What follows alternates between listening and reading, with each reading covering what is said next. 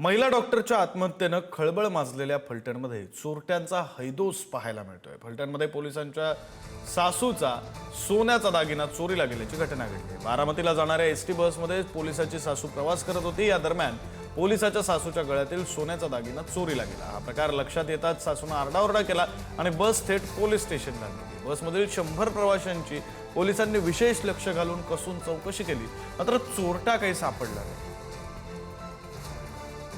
Satara road भक्तवडीवरनं निघाली होती।